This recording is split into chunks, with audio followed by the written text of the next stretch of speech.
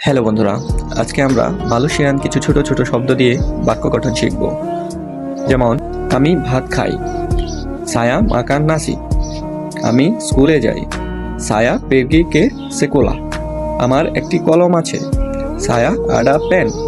আমাদের একটি গাড়ি আছে, কিতা আডা কেরেতা। এখানে আসবে না, তিদাক আকান দাতাং সিনি। সেখানে যাবে না, তিদাক আকান পেরগি কে সানা। তারা কাজ করে, মেরেকা করেজা। তো এরকম নিত্য নতুন ভিডিও পেতে আমাদের চ্যানেলটি সাবস্ক্রাইব করবেন এবং ফেসবুকে দেখলে অবশ্যই ফলো দিবেন। ধন্যবাদ।